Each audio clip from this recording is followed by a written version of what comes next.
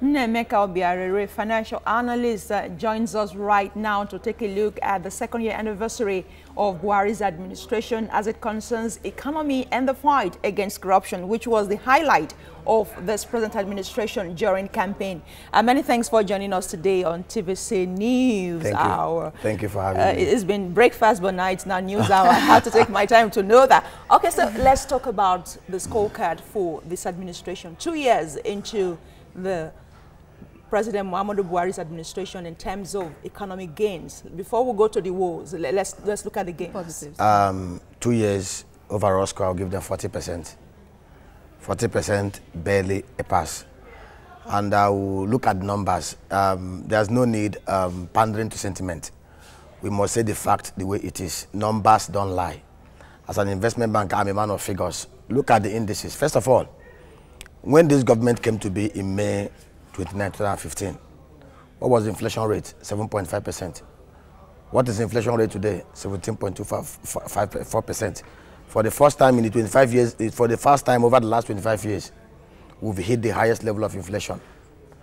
These are indices that cannot be debated. What of the foreign exchange rate? When this government came to be, the official market rate was 195, 7 naira 50 kobo to $1. Parallel market rate was 216 naira to $1. Today, black market rate is 400 naira per dollar.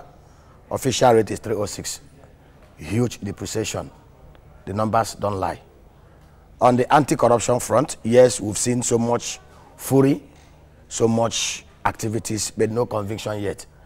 And like we are meant to understand, activities without result is no activity. Nobody rewards effort. What people reward is result. There is no gainsaying and doubt that corruption thrives in Nigeria. Over the last 40 years, we've lost over $300 billion to all manner of looting, stealing, and the public sector graft.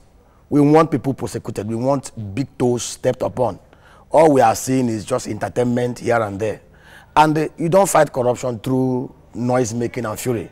There are things we should have done, we've not done. One, Yar'Adua started something that this government promised us they would do.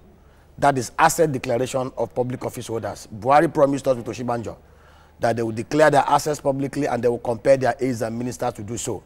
As we are talking to you today, I don't think any Nigerian have seen any public asset declaration of any public office holder in the presidency, in the cabinet, in the FEC. We've not seen anything like that. When we get to that, we can give you practical steps of what we can do. All right. Holistically, altruistically, and honestly to fight corruption. Corruption is a monster that we must slay in this country. And we can do it practically, empirically, scientifically in a way that it does not pander to sentiment and partisanship. So yeah, from what you're saying now, you are saying that there is no positive in the 2-year administration of President Buhari. The positive, in fact, I would tell you this. One thing that the Buhari government have brought to the fore is the issue of Nigerians have become so aware. In fact, over the last years, I will tell you, there is something that the past government that the current government brought to bear. Nigerians have become so aware. Nigerians have become so conscious. Nigerians have become so politically aware. In fact, every Dick, Tom, and Harry in Nigeria understands the numbers. I will tell you this. There's a bit of openness. People can now ask questions, unlike the previous government. In fact, what the APC government did during the campaign of 2014-2015, even bringing the power, is that they've opened up the media space. It's no longer the mainstream media. All right. Driving affairs. Let's stay with the economy and look at some specifics in terms of positive. The acting president would like to pride himself on the issue of transparency in terms of doing business. A committee was set up, you understand that. And of course, the issue of the CSA coming up, where the ease of doing business, transparency in doing business, and the ease of doing business. The government of the day will want to tell you they've done something appreciable in that stance. I will tell you this. The intentions are good, but the result must be seen. You know, I work in an environment where we reward intentions. Where we don't reward how many hours you've put in the workplace. What is rewarded is the result. Now, we'll talk about ease of doing business. I will tell you this. Just last week, a client of mine wanted to obtain his tax identification number to open an account with a bank. I tell you, go and ask from every average Nigerian. It's difficult to obtain that. It's something that, if they want to make ease of doing business, it's something that we can create a portal all over the world. People can go online. Okay, so in your opinion, that's not good enough? It's not good enough. Let's talk about the Niger Delta then. Good, some appreciable gains have also been recorded in that aspect, which is helping our production now, oil production, and of course that should help our budget. Isn't it? Remember that from 2010 to 2015, we never had issues of insurgency. Remember that.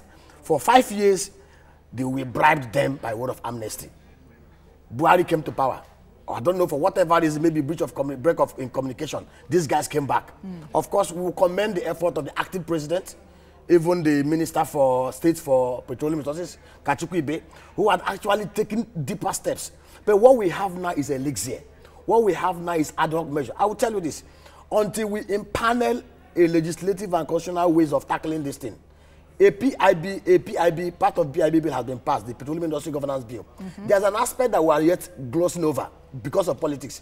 Until we tackle that issue that deals with fiscal terms, community host participation of 10%. Okay. I will tell you, what we just have now is graveyard peace. All right, let's hold your thoughts for that. Okay, let's hold your thoughts for that. We need to go on this very quick break. You're watching TVC News Hour. More discussions on Democracy Day with our guest in the studio. Stay with us.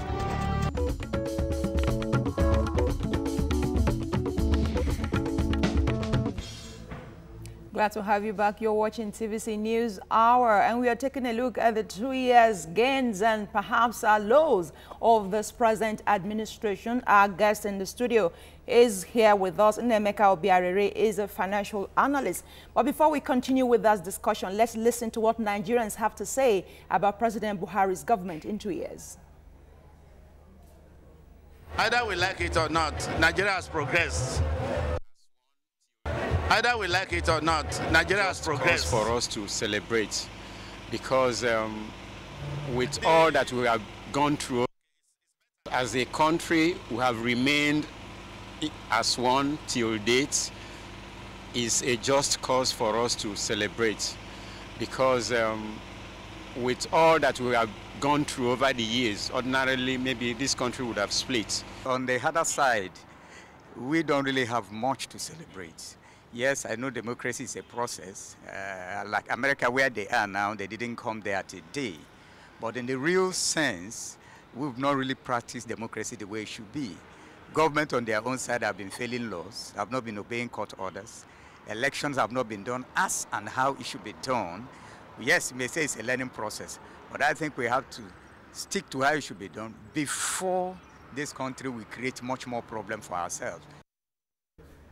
Well, you just heard it. Nnaemeka Obiaraeri, what would you have to say about the thoughts of Nigerians expressed there? Do you think this government has the ability to deliver change within 2 years? They have the ability, they have the capacity, but what is lacking is the political will. That's the truth. And I will tell you this, despite the tales of woes, this country is a blessed country. I will tell you, Nigeria has very huge potentials. Nigeria is one country, if we put things right, get the right people in the right places, overhaul the whole political governance, fiscal and resource control architecture of this country, back to what we used to have before the military guys came in 1966, we'll get it right. Recall that before 1964, in fact, there was a time in this country, 1964 to be precise, when an economy of the southeast region, the old eastern Nigeria, was the fastest growing in the whole world. Then we had the palm oil of the south, of the eastern Nigeria. In fact, at that particular time, Nigeria controlled 45% of the crude palm oil market. Indonesia and Malaysia, interestingly, came to Nigeria to pick their palm nuts. Today, they contribute, between both of them, they export over $50 billion worth of palm oil. Nigeria actually imports 70% of it from Indonesia and Malaysia, which is an irony. The groundnut pyramids have disappeared. The cocoa board of the West. Interestingly, Côte d'Ivoire was a distant 8 after us. Today, Côte d'Ivoire have gone beyond just exporting $5 billion worth of cocoa. So, but how can we change this whole narrative so we get it back to us? Now, how do we change it? First of all, we must overhaul. Asiwaju Bola Tinubu said it last week, that we must go back to true fiscal federalism. We must overhaul totally the fiscal governance and political architecture of this country. How do we do it? We must go back to resource control. You see, over the last 50 years, we have been practicing sharing economy. Sharing economy in the sense that people don't beg to bring, they come to share. Will I tell you this? Lagos state government contributes almost 60% of the VAT. Yeah. But Lagos state government receives less than Kano and some others say that have overbloated population and overbloated local government areas, 44. In 1964, Lagos State was more popular, it has higher population than Kano and Jigawa joined together. Today, we are told that there are 13 million people and they have 71 local government areas. Lagos State still has 20. If we have resource control, bring everything to the table, produce whatever you can produce, take 50%, bring 50 to the table. It was resource control that enabled Awolowo in 1964 to provide free meal for 430,000 students. The West was ahead in education. The East was going at their own pace. We have so much robust federalism that... So which is in tandem with what the present government is trying to do in terms of diversification? They are not. Okay. They are not. Remember that if you go back and look at the manifesto of the APC, I don't want to indict anybody. Of course, it's a teaching process, it's a learning process. But I can tell you this. Go back and look at the manifesto. They promised us fiscal federalism. They promised us regionalism. They promised us state police. They promised us everything that PDP did not do over the last 16 years. But if you look over the last 2 years, if we be honest to ourselves, you cannot recommend any mark difference between the two. Now, we can get it right. We must go back. Let us be honest to ourselves. Resource control, fiscal federalism will benefit each and every one of us. It will bring back the groundnut pyramid. It will bring back the cocoa board. It will bring back the palm oil, the farm of the Middle Belt and the Southeast. People will now think twice before they will mess up with our resources. Now there are no accountability. And even the tax revenue, people are so discouraged even in paying taxes because one, they know that what they pay will be looted. But if we bring all this in place, go back to where we started. From 1964 to 1965. All right. Get our foundations right. Restore the 40 foundations.